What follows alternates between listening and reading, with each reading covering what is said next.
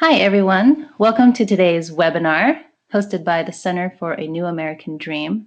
Today, we'll be talking about Pitchfests, promoting local business investment through entrepreneur showcases. I'm very excited that you have all joined us here today. My name is Wen Lee. I'm the Director of Online Media and Engagement at the Center for a New American Dream. Thank you all for joining us today and taking time out of your day to talk about this very important topic. So before we actually get started, I just wanted to cover a little bit of housekeeping to let folks know how this webinar platform works.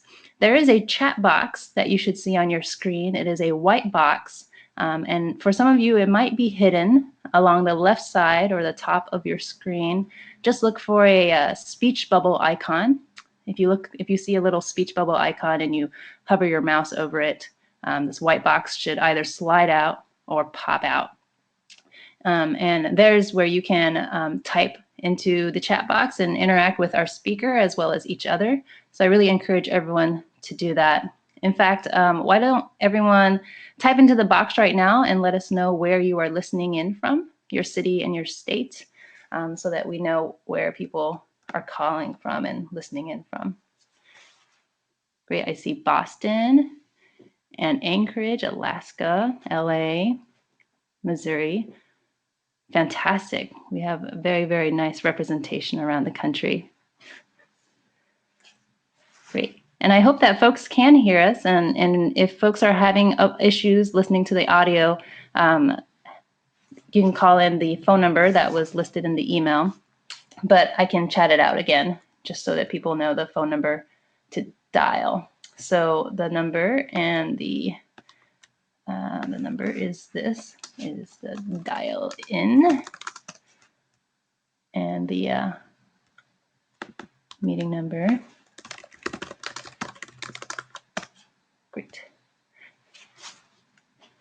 Okay, so, and I'm calling from Oakland, California. So hello from rainy Oakland. We finally got some rain today, so we're very excited here in California because we've been having drought for like 6,000 months. Okay, so let's get started today talking about Pitchfests and the topic at hand. Before we do that, I do want to give you a brief overview about the Center for a New American Dream and let everyone know what New Dream does. So New Dream is a nonprofit organization. Our mission statement is on the screen. The Center for a New American Dream helps Americans to reduce and shift their consumption to improve quality of life, protect the environment, and promote social justice. We have 3 program areas: redefining the dream, beyond consumerism, and collaborative communities. Under redefining the dream, we really want to encourage people to rethink what the American dream means and what does it mean to have success and happiness. Beyond consumerism is giving folks tools to go beyond the mainstream corporate consumerism, the culture that has been pushed on us by media and our society at large. And collaborative communities is giving folks tools and resources to connect with their local communities and to really build relationships with their neighborhood and their locale to have more meaningful relationships and places to live. So this webinar series is part of our Collaborative Communities program. One of our big goals is to encourage folks to, go local and to, encourage and support local businesses and entrepreneurs. So that ties in really well with today's topic. So what is a pitch fest? Well, very, very broadly, a pitch fest, which is also called an entrepreneur showcase, it's a fun, informative event where local entrepreneurs who are looking to raise capital can connect with everyday investors and community members. During the event, entrepreneurs typically give short presentations to pitch their business ideas or ventures to the audience. It's an informal setting, and it usually includes food and drink and mingling. A pitch fest basically serves as the first step towards connecting local entrepreneurs and local investors in meaningful ways. But we're going to learn more about what exactly a pitch fest or an entrepreneur showcase looks like from our speaker today. So today's speaker is Bob Marino, and Bob Marino is a board member at Seacoast Local. And as it says on the bottom of the slide there, Seacoast Local is a local first nonprofit organization that serves the Seacoast of New Hampshire and southern Maine. Bob is a member of the Seacoast Local's Community Capital Working Group and has helped organize 2 entrepreneur showcases over the last year. And so you know, Bob also does have a full-time job, and all of his work with Seacoast Local is on a volunteer basis, including organizing the entrepreneur showcases. So we really, really appreciate Bob taking time out of his busy day to tell us about his experiences organizing these entrepreneur showcases. So thank you so much, Bob. Okay, so I'm going to hand it over to Bob in just a second. But before, I wanted to just give you an overview of the outline of today's webinar. We're going to have Bob give a presentation about his experiences organizing entrepreneur showcases for Seacoast Local, and he's going to offer some tips and advice on how to organize your own as well. Then we are also going to offer some resources for folks who want to learn more. And then that will be followed by a Q&A session where you can ask questions to Bob about entrepreneur showcases and Pitchfests. We will be collecting questions in the chat box throughout the webinar. So if Bob says something during his presentation that sparks a question for you, go ahead and type it into the chat box, and I will be collecting them throughout his presentation so that during the Q&A time, I can feed him the questions, and we'll try to get through as many as we can. Lastly, this presentation and this webinar is being recorded, and the recording will be online available starting next week, probably on Monday, and all the slides will also be available for you to download. So you don't need to frantically write down everything you see, but do feel free to take notes. But you will have access to the slides starting next week. Okay, so I think I covered everything, and so without further ado, I would like to pass it over to Bob Marino right now and have him give his presentation about local entrepreneur showcases with Seacoast Local. So Bob, take it away. Well, hello everyone. So I'm Bob Marino, as Wen said, I've helped organize 2 entrepreneur showcases over the past year. And so I'll be talking about how to organize a showcase and some do's and don'ts about entrepreneur showcases. So first, what is a showcase? And what I would like to say is my definition of it is that there are public events at which entrepreneurs give succinct presentations about their business idea or venture. What a showcase is not is that it should not be a venue for entrepreneurs to solicit the audience for investment dollars. And I know that at first sounds a little bit paradoxical, that this is supposed to be about local investing. But basically, if an entrepreneur does solicit the audience or ask for investment dollars, they're committing what is called a general solicitation. A general solicitation is illegal. There are laws and there are SEC regulations and state regulations that forbid a general solicitation. So what is a general solicitation? To put it shortly, a general solicitation is that you go out to the proverbial town square and you yell out to the public at large that you are looking for investment dollars. That is not allowed by the SEC and by law. What you can do is you can talk to family, friends, and those with whom you have a substantial relationship, and you can ask them for investment dollars.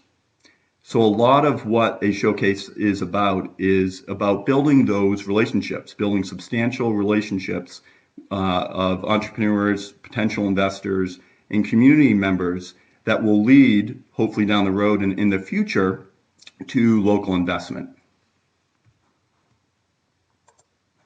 So why put on a showcase?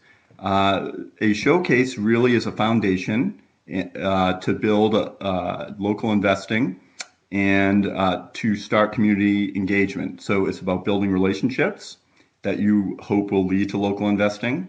And it's also about reaching out to your community and trying to engage with your community so that community members know about new and exciting things that are going on in their town or city. Another important part of a showcase is that it is promotion for small businesses. So the feedback that we have received from our entrepreneurs is that many of them have received or obtained new customers. They've gotten new suppliers, new vendors, and they've received really good feedback from community members during the networking and during the Q&A of the showcases. A showcase is also a very good and supportive environment for a lot of these entrepreneurs. Many of them are new at what they're doing. They're reaching out and trying something new. And a showcase is a supportive environment that helps these entrepreneurs practice promoting their business and becoming more confident in promoting their business. So why local investing? I thought it'd be good to take a step back. If these showcases are all about trying to create a foundation that will lead to local investing, well, why local investing in the first place? So this is my thesis or definition that I use or think of, and it's all else equal, local investors are more likely to consider non-financial outcomes of their investments because the impact is local and thus tangible. So local investors, they'll receive hopefully a monetary return, but hopefully they'll also receive very tangible non-financial returns, and these will be community, social, and environmental benefits that they will see in their own community. Another important part of local investing is that it serves small businesses. Small businesses are the backbones of communities, and they tend to be underserved by capital markets. Capital markets really tend to serve, as I'm sure everyone knows, larger corporations, public corporations, and stock and bond markets. So local investing is a way to provide another channel of financing to small, locally owned businesses. What hopefully will come out of local investing is that it will serve as a stepping stone for small businesses to become more bankable. A lot of small businesses have a hard time. One of their few channels to financing is our small or our banks. And what they find is often if you're a new business or you're breaking out into new territory, and if you're looking for a small amount of money, that's actually hard to get a bank loan. So hopefully what private local investing can do is kind of bridge that gap, help these small businesses form a credit history, grow their business, and then serve as a stepping stone to become bankable. So I also thought I would put up a table of some other local investing models, just so people are aware that, there's entrepreneur showcases, people are trying things like this around the country, but there's also all types of other grassroots initiatives that are occurring across the country. These are some of the ones that I've noticed. We can talk about these models if you want more during the Q&A, or you can review this slide in more detail after the presentation. So what does a showcase look like? So on this slide, it basically just provides the bare bones of what are the basic elements of a showcase. You start with doing some pre-event networking. Then there's an intro by the event MC. What we do is we usually talk a little bit about local investing. And then we talk about the presenters, the different entrepreneurs that are going to be presenting for the night. There's then 4 to 7 presentations by entrepreneurs. The presentations tend to be short, lightning presentations. They're pithy, they get to the point, they keep the audience's attention. And we actually time our presentations so that we try and keep them very short, very focused, and keep the event moving to keep the audience continually engaged. After the presentations, we have a Q&A session. Then we have more networking. And what I think is important to point out on this slide is kind of the bookends is that the night starts with networking and it ends with networking. And what we think that is that is very important because that's what leads to building those relationships that you hope down the road will come to fruition in a local investment. So organizing, what are some good ways to try and organize if you want to do this in your own community? I think it's important to find a group of like-minded individuals but basically you want people who kind of share the values of what local investing is about. That it's not just something that is about financial return, but it's also about community, environmental, and social impact. But in doing so, I do think it is important not to try and find people that have different backgrounds and experiences and contacts. You will find that this will be very helpful in terms of trying to promote your event. It will also be very helpful in trying to find good quality entrepreneurs to present. And it also just helps to provide different perspectives as you go along in your process. Another good thing when you are trying to organize these types of showcases is establish a mission statement. I think it's very helpful to explicitly write down what your whole project is all about. This helps provide guiding principles and make sure that everyone's on the same page. Lastly, what is very helpful is we've done this through Seacoast Local, a local first nonprofit. If you have a local first organization in your area, they are very good partners because they're already philosophically aligned with what a showcase is all about. Okay, next is event promotion. So this is basically just a laundry list of different tools for promoting your event.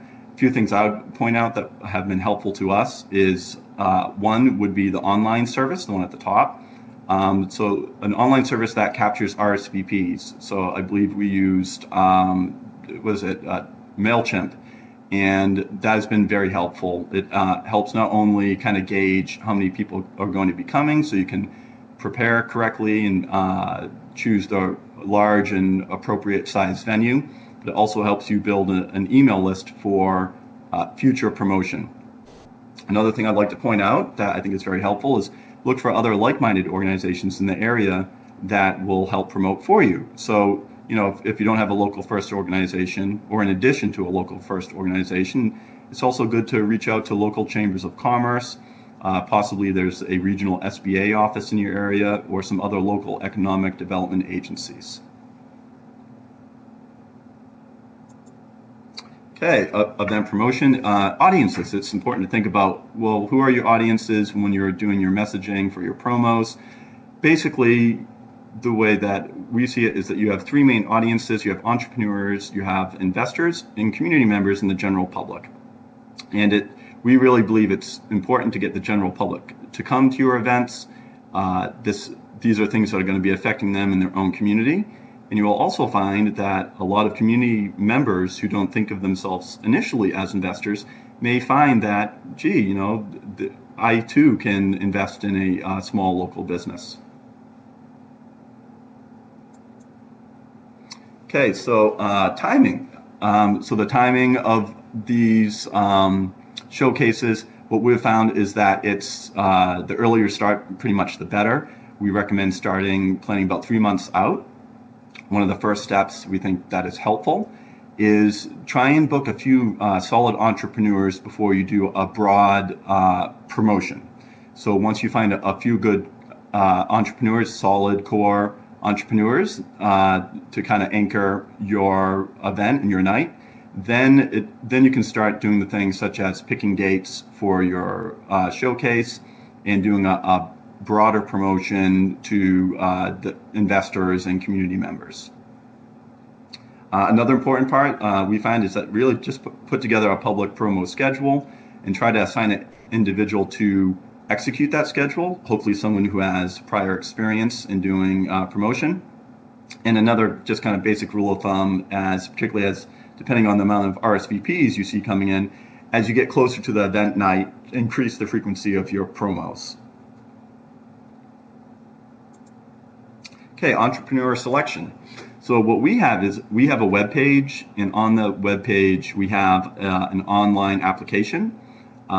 We think it's fine just to keep the application short and succinct. What we think is more important is, that can serve as a good first filter to make sure that the entrepreneurs are hitting the criteria of what you're looking for. But then actually meeting with the applicants. Some of them we were only able to talk with on the phone, but some of them we met with in person. And that's when you really learn more about what their business idea is about and if they will be a good fit. Time permitting, we weren't able to do this, but it probably would be a good thing to do if you have the time, is to actually have a run-through of presentations before you make a selection. And on the selection itself, so this is an important part of it, the selection must be based on putting on a good quality public event. It cannot be based on investment criteria. So I know this probably seems paradoxical as well, but the group that's putting on this event, you cannot conduct investment due diligence. Doing so it means you would have to be an investment advisor, and then you'd have to register to do so. So you cannot do any investment due diligence. So the types of criteria you do want to base it on is things like, well, what type of community and social environmental impact will these business ventures have? What is the presentation ability of these different entrepreneurs? Is this going to make for a good show? And what is kind of the diversity in different types of businesses you have? Are you representing different economic sectors in your community? Are these businesses on different stages of growth? Are some new or some expanding their business? And that makes for a more interesting, more varied and diverse event. Okay, so here's another laundry list. This just shows our entrepreneurs. I'm not going to go through each one, but here are the 10 entrepreneurs that we selected. We had 5 in our first showcase and 5 in the second. And one, you can read this more closely if you like after the presentation. But basically, what I wanted to point out is that we tried to get a variety of businesses. But one of the things that comes off from this page right away is that most of our entrepreneurs are food related, and I think you'll find that local food, it is something that certainly fits a lot of the criteria for the showcases. That obviously has great community, social, and environmental impact. But what we tried to do is make sure that we weren't just doing local food, that we're also doing other areas outside of local food that represent the community. So I'll just point out a few of these entrepreneurs. The second one down, Alice Frapponi, she's from Nearby Registry. So she has an online startup, and it's a gift registry in which all of the vendors in the registry are local independent businesses and nonprofits. So we thought that fit our criteria quite well. The fourth guy down, Steve McPhee, he's a cabinet maker. And so he's a local artisan. He's very good at what he does. He has an existing up and running business. So he makes cabinets and furniture, and he uses eco-friendly design, and he tends to source local materials. So we thought he was also a very good fit. Another person to point out would be the seventh guy down, and that's Anthony Comito, the Economic Information Exchange. So he's also a new venture. And what he basically does is he is trying to start a company that's going to be a consumer reports for local economies, so that a business or its product can be provided with a rating that will show how much that it serves the local or regional economy. So next, another part of this whole showcase process that we think is very important is putting on a pre-event workshop. So it's really 2 events. You have the showcase, which is your big public event, but beforehand, we find that it's very good and very useful to have a workshop that just the entrepreneurs themselves attend. So the pre-event workshop is really kind of a form of technical assistance. The entrepreneurs get to meet each other, so they get to know each other and what they're up to. They do run-throughs of their presentations, which is very helpful, and then they receive feedback from the other entrepreneurs and from the rest of the group. So we've gotten feedback from our entrepreneurs that they found this to be very valuable. So it's something that we really recommend that you do. So our experience, what have we accomplished? So we've had 2 showcases over the last year. We're planning a third in the spring. First showcase, we had the 5 entrepreneurs and 50 audience members. Second showcase, we had 5 entrepreneurs and 90 audience members. So it definitely shows some interest. Our results. So far, what has come out of this is a relationship was formed outside of the showcase, and it led to an investment of $50,000. So we're proud to see that happen. And we'd like to see, of course, more of that happen. But what we would also like to point out is you don't want to discount other benefits of the showcase. A lot of the benefits of it really is informing the public so that the community knows what's going on in their area, what new and exciting ventures are occurring. It's the entrepreneurs receiving feedback and getting practice and gaining confidence in promoting their business. And it's entrepreneurs finding new customers, finding new suppliers, new vendors, and new partners. So those are all very important benefits of the showcases. So compliance, what are the risks? So the rest of the presentation probably going to be a little more boring. It's going to be about the compliance, but the compliance is very important. You want to make sure you stay compliant. And no, there probably is not going to be men in black suits in the shadows of these showcases, watching everything that's going on to see if something is non-compliant. That will not happen. But what could happen is lawsuits. That possibly could happen if there's non-compliance. So, for example, what could happen is, say there is someone who made an investment with an entrepreneur, and that investment went south, and they go to their lawyer because they're sour about this. So a lawsuit could happen. That same lawyer could then call up the SEC or call up a state regulator. So those are the types of risks and things that could happen if you don't remain compliant, or so we're told. So compliance, entrepreneur selection. Again, as I stated earlier, the selection really must be based on non-investment criteria. So the group cannot conduct investment due diligence. That's very important. Promotion and the event night. One of the things that we do is that we make sure we have some good disclaimers. So again, the showcase, it's not a matchmaker event for investing. It's a public event at which these entrepreneurs are giving presentations about their business idea or venture, right? It's about building relationships, creating a foundation and a network in a healthy ecosystem of people interested in local investing. And what you hope is that will lead to future local investment. But one of the things that we do to make sure that that's a little more clear is in our promotional materials and media, we have a disclaimer. You can see the disclaimer at the bottom. And basically, it just talks about that this is going to be comprised of public presentations, and they're not going to be an offer to sell securities or solicitation. So we have that disclaimer in not only the materials and media, but also the introduction by the MC at the beginning of the event, at the beginning of the night. We have him read something like this as well, him or her. So it's important to, we think, to do this as well.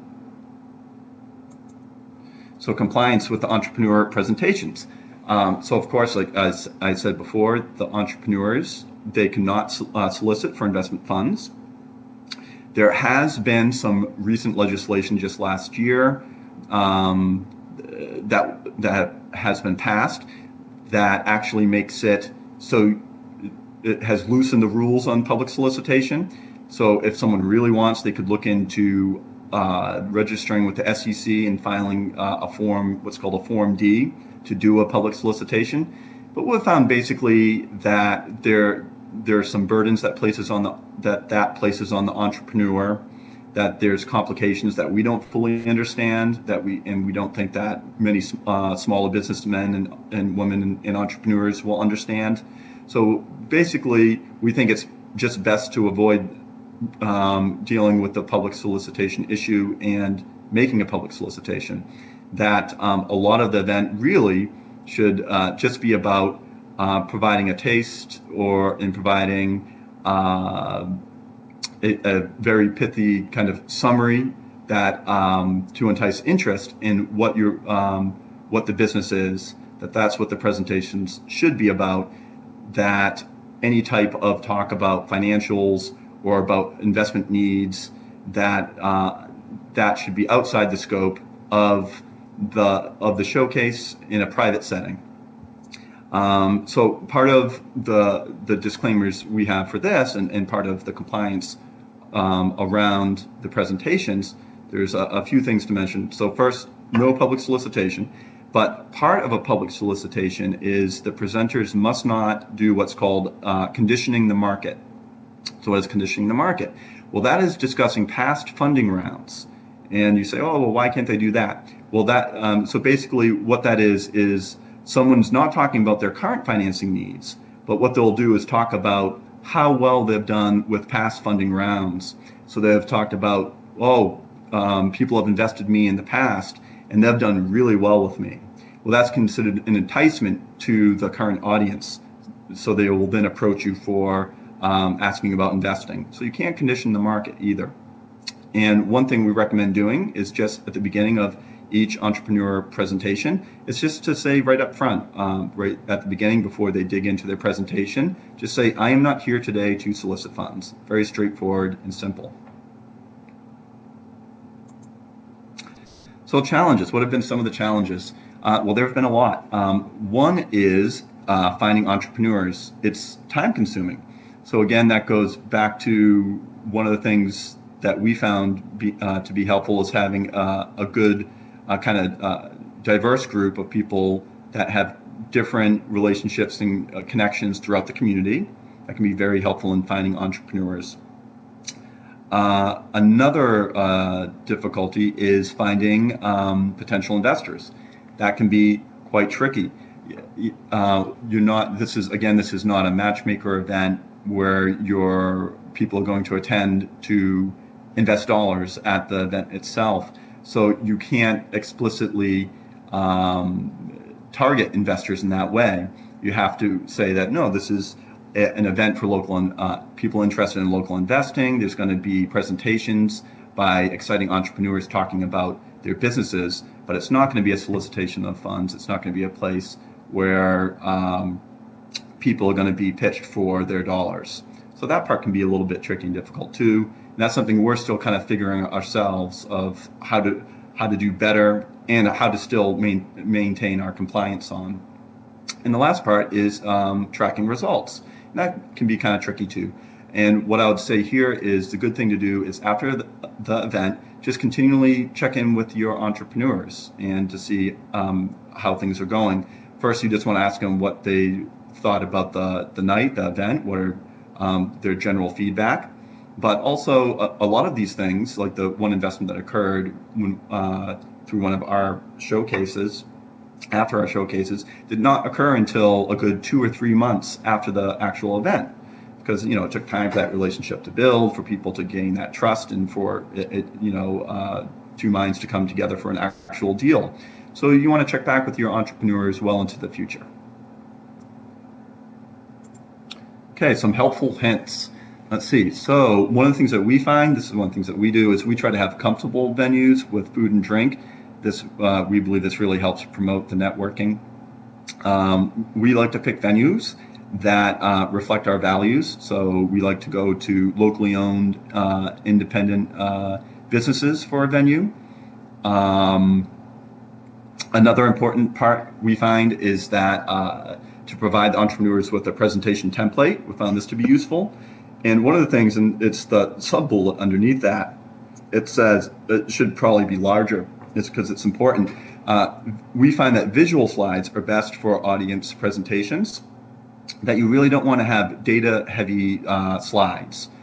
That when you're giving these presentations, when the entrepreneurs are giving these presentations, and you're in a large room, you just want to have pretty large kind of graphic visuals are best, that a lot of the data is not even going to be readable by the audience. And it's not really appropriate for speaking in front of a live audience. That those data-heavy slide decks are probably best as a second type of presentation for potentially for an investor in a private meeting. Another helpful hint is to make sure we find it's useful to compile all your presentations into a single file beforehand. So the last thing you want to do in the middle of a showcase night is to be fiddling on your computer in between presentations. You want those presentations to be kind of back to back and seamless and flow nicely. So it's good to just, when you collect all your presentations from your entrepreneurs, just compile them into a single file. Another thing that can be helpful is event sponsors. So we've even had event sponsors for food and drink. Some of the group members have donated some, small amounts of money to help out with this too. But event sponsors can do that for you as well. And one good type of event sponsor, we think, are the local banks. So go to the local banks. The local banks they tend to be the types of banks rather than larger banks that will lend to small businesses more as well. So it's good to have their involvement. Potentially they'll be interested in some of your entrepreneurs as well. And then lastly is make sure you get the post-event feedback and check in with your entrepreneurs like I talked about before. So that's it. That's the end of the presentation. I hope this was helpful to everyone. Would certainly like to hear from you if you have any questions about this and you're thinking about starting your own showcase or Pitchfest. We would certainly be very happy to provide you with any help we can. So at this point, I think I'll turn this back over to Wen. Thank you, Bob. Really appreciate that presentation. It was very informative and very helpful. Before we go into the Q&A, and we do have a lot of questions for you, Bob, I wanted to give folks some more resources that people can look into to learn more about organizing Pitchfests. And some of them Bob had mentioned earlier in his presentation. There is Lion, which is Local Investment Opportunities Network. They're based in the state of Washington. Their website is up on the screen. No Small Potatoes Investment Club, based around Maine. There's a book called Locavesting by Amy Cortez. And probably a lot of you have heard of Slow Money, the organization. And they also do a lot of entrepreneur showcases and pitch fests. So do check out their website as well to find out how they do things over there. And again, you will have access to these slides after the presentation, after the webinar. So if you don't write everything down right now, it is okay. I also wanted to let you know about the Guide to Going Local, which was produced by the Center for a New American Dream in partnership with BALI, the Business Alliance for Local Living Economies. In our Guide to Going Local, we have actual step-by-step guides for holding a pitch fest, and also a video featuring Seacoast Local. And Bob is in the video as well, along with some of the entrepreneurs that he mentioned earlier. And this video shows the actual pre-event that he mentioned earlier, the workshop with the entrepreneurs, as well as the event itself. So if you go to guidetogoinglocal.org, you can get a free download of our guide, and you will also see the video that I'm talking about that features Bob and Seacoast Local and their entrepreneur showcase. So check that out. And speaking of BALI, BALI is actually releasing on Monday, February 10th, a new community capital toolkit, which I think is something that everyone on this call will be interested in. This toolkit includes a 20-page guide to community capital that you see on the screen, but also it includes 7 free webinar recordings that highlight innovative examples of community capital in action. And it will also give you access to the Community Capital Library, which is a comprehensive list of related articles, recommended reading, and the leading organizations in community capital today. So if you're interested in local investments and community capital, do check out BALI's Community Capital Toolkit. It is available starting Monday. Go to the website bealocalist.org, and you will see a link to this resource. It is free, and highly recommend everyone check that out. Okay, so it is time for questions for Bob, our speaker today. Bob, I have a few questions from folks. One of them is going back to the idea that you can't explicitly solicit funds. So do you recommend that the entrepreneurs even mention what their needs are? Like, for example, like we're looking for funds to purchase an ice cream machine or anything like that? Yeah, that's a good question. And there's probably a more conservative and a less conservative way to do this. I would say, don't say we're looking for funds. probably a good thing to do, which one of our entrepreneurs did, is, yeah, for instance, say you need an ice cream machine. You could say, all right, well, here is some of my business needs. To run my operations, I'm going to need an ice cream machine. An ice cream machine costs, $5,000. That's probably about as far as you want to do. You probably don't want to take the next step, which would be, I'm looking for $5,000 from someone in the audience. That's the step you don't want to take. Great, thanks, Bob. And it seems like when we're both unmuted, there might be a little background noise. So, but I don't hear it right now, so maybe we're okay. Okay, good. Okay. We did have a question from a couple folks, Terry and Kathleen. We're both curious if you know whether we can have showcases for nonprofit organizations to connect local investors with budding nonprofit organizations. Do you know about that? Oh, could you repeat that? I'm sorry, I didn't catch the first part. Yeah. Do you know if there are showcases for nonprofits and Oh, for not? nonprofits. Yeah. Not that I know of, but I mean, we have thought about that too, that if there are nonprofit organizations that want to present at our showcase, that's fine. There's no reason why, certainly no reason why they can't be part of those types of events. Again, I would guess if a nonprofit, probably depends what they're looking for. I mean, we do tend to want to foster local investing, and nonprofits typically aren't looking for investment dollars. But it does not mean that they can't be part of an event like this, is what I would say. And I see in the So I, chat box, right now that Beth says that Slow Money Wisconsin included 2 nonprofits in their showcase last year. So yeah. it sounds like it is happening. And Terry also asked if you know whether same regulations apply to nonprofits. Do you happen to know that in terms I of would assume compliance? I would assume they would. Yes, I don't know. Well, the answer is I don't know, but my assumption is that they would. Great. Because the regulations, as far as I can tell, are there to protect the consumers. So it probably doesn't really matter as much from who, what type of entity is soliciting them. That makes sense. A question from Rachel. She wants to know, in terms of your showcase timing, do you typically do them on weekends or weeknights, and what's the best time, and also how long do they run? Sure. Yeah. That's something I almost put in the presentation. We tend to do it during the middle of the week.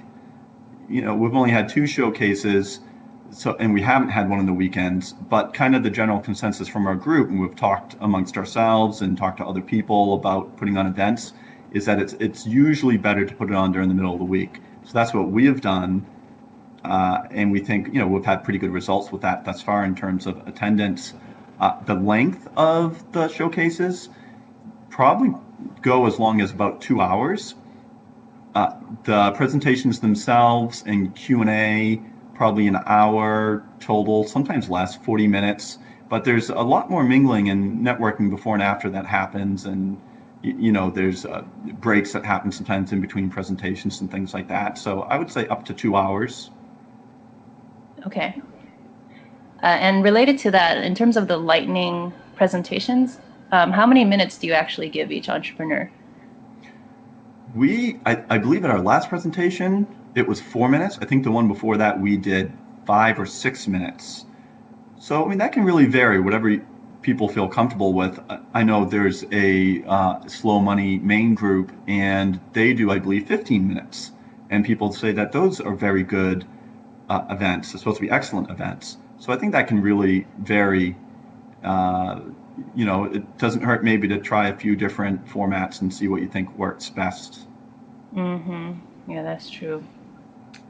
There's a question from Jack, and he's wondering if there are problems with accredited and non-accredited investors. Well, we haven't really run into that because kind of the premise of what we're doing is that we're not really this is not a place that is limited to just investors, so we don't have to really make that distinction between accredited and non-accredited. But we're inviting the public at large, some of whom may be potential investors, and some of these community members themselves might find themselves like, gee, maybe I want to invest, and they'll surprise themselves that they want to be investors. So we've kind of let that outside. That's kind of outside the scope of this type of showcase. There's other types of local investing models where I think you have to face that head on more directly. If you're doing an investment network where you're more explicitly working as a matchmaker. But in terms of the showcase, we haven't really had to confront that issue. That's basically been kind of left to be outside the scope of the event and up to the entrepreneur and the potential investor to figure out on their own.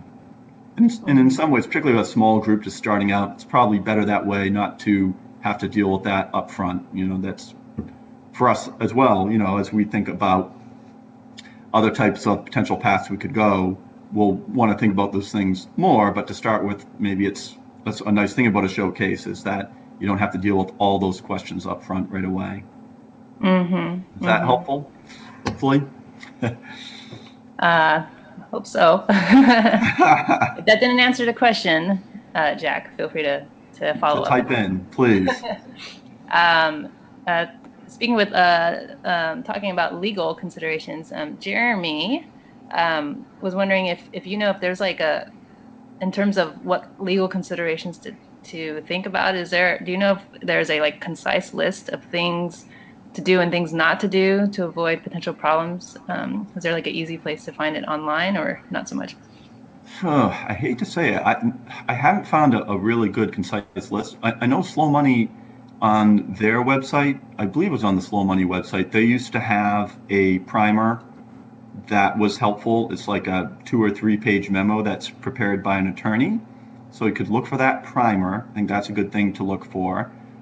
I don't know of real concise other resources for that.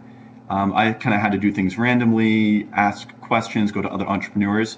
I think some of the compliance things I point out in these slides, though, those are really the kind of the high level things that I found in my research. So hopefully that would be helpful. So yeah, I'm sorry I don't know of more resources, but definitely that Slow Money primer, if you can find that, should be on the Slow Money website. That I do remember being a good one. Great, thanks. And I do think that your presentation also gave a pretty nice and concise, clear list of things to think about in terms of legal considerations. So thank you. I would also recommend Bob's presentation. Okay. There was another question about venue in terms of how to pay for them. Did you typically find that you had to pay for the venues, or did they get donated? So far, they've all been donated, and so that's worked out really well. So, we've always tried to go to local independent businesses for these venues. Tons of restaurants are, to begin with, which is good. So yeah, we've gone to, well, the first one was more of a nightclub, actually, and the second one was a cafe. And both times they were pretty excited. Once they heard what we're up to and what we're doing, they were excited to have us be there, and they donated the space for free. Another thing, too, you might find is, so the first place that was the nightclub, they had a bar, and they served drinks and made money. So in a way, it was a way for them to drive customers to come to their nightclub in the middle of the week, in a night where otherwise they might not have a lot of people coming. Similarly, the cafe, they kept their kitchen open. So they were kind of happy to serve food, and that worked as a good way for them to be, potentially something for them, basically. So they're also getting some money. So that's basically what I've found. We have had to donate a little bit of our own money here and there, for food or drink and things like that, that we've split amongst the group. But basically, I think you should be able to find places where they'll donate the venue, unless you have a really huge amount of people coming, then that probably changes the game. Um, and I would also say, look for event sponsors. You can do that too. You know, the first event we had that was at that nightclub, we did have food there, and it was pizzas that was donated by a local restaurant, and they were happy to donate the pizzas. And also, you can look for sponsors like local banks, so they might throw in some money to help pay for any types of costs like that. I see. Do you know offhand about how much Seacoast Local actually had to pay out of pocket for these events? To be honest, I don't think they had to pay anything. I think maybe we're lucky in this way. I'm not sure, but the spaces were donated for free, and all the food and drink was either donated or it was, was offered by the cafe or the venue, and the attendees had to pay for it. So I don't believe they've had to pay anything. That's one of the really good things about a showcase. And, there was that table I showed of the other local investing models, which are, very exciting and interesting models. But sometimes there might be a little bit more of a hurdle to trying to start those. You have to look into things like the accredited versus non-accredited investors, about maybe, figuring out, putting a operating agreement together, and maybe that even entails having to get a lawyer to do so. So there's more expenses with some of those things. And one of the great things I think about the showcase is that very low hurdles. There's not a lot of upfront costs or ongoing costs to put them on and run them. So that's a good thing about them. I see. We have a few questions about the pre-showcase event, the workshop that you have for the entrepreneurs. So first question is, how long before the actual event do you have the event, and also who attends that workshop? Yeah. So let me think. I think it was about 2 weeks before the actual event is when we put on the workshop. I think that's probably good timing. Maybe even, earlier if you can, because some of these guys and gals, they still need to practice their presentations, and that really kind of comes out in the workshop. You provide them feedback, and they need some more practice. So I would say at least 2 weeks beforehand. In terms of attendees, so as we try to have all the entrepreneurs come, you could even try and make that mandatory if you want, like as part of being involved in this showcase, you have to attend the workshop. We didn't do that. We thought about doing that, decided not to, but that might not be a bad thing to do because I do think they're valuable and important. So we had tried to get all the entrepreneurs to attend, which most of them did.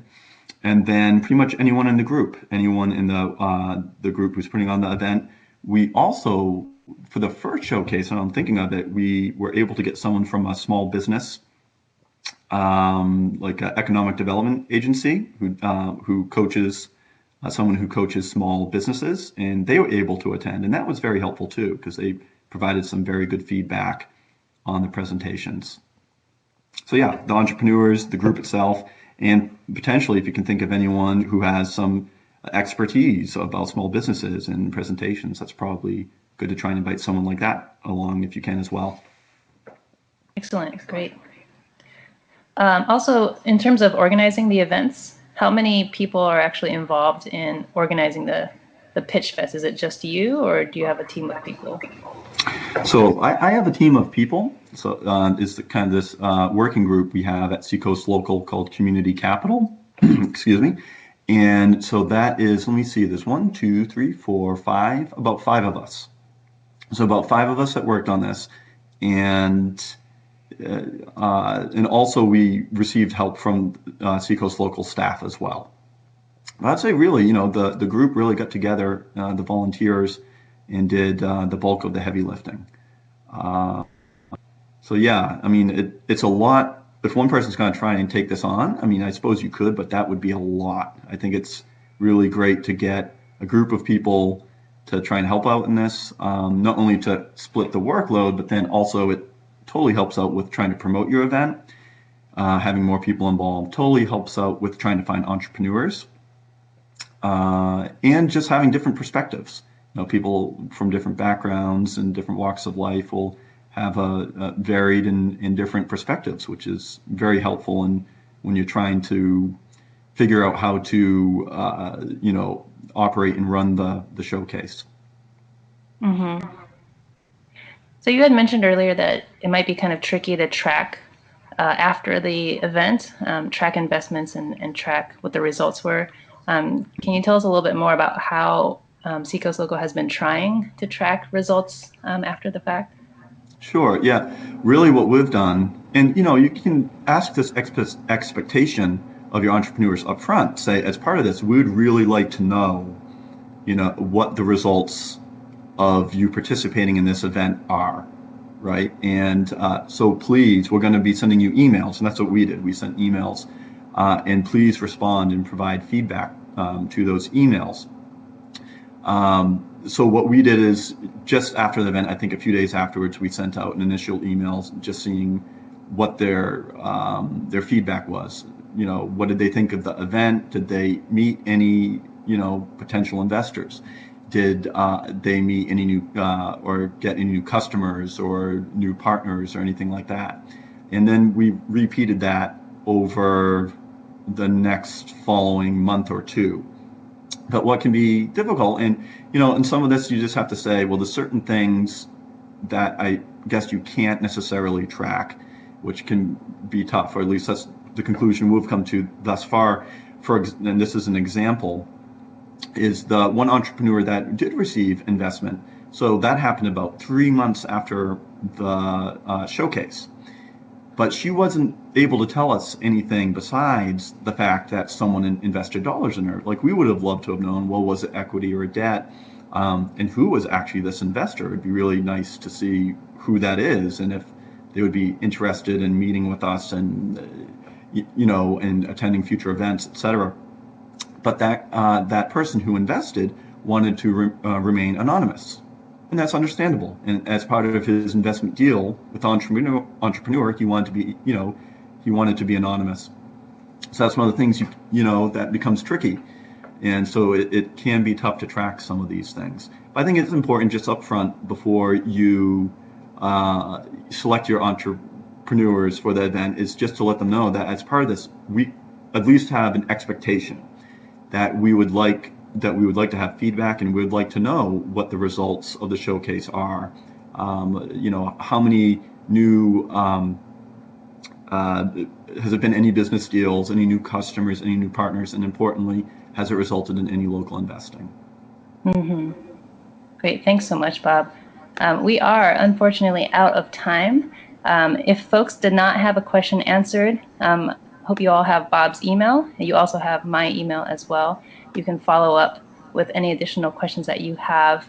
I want to thank everyone for joining us today. Huge thanks to Bob, of course, for his time and expertise.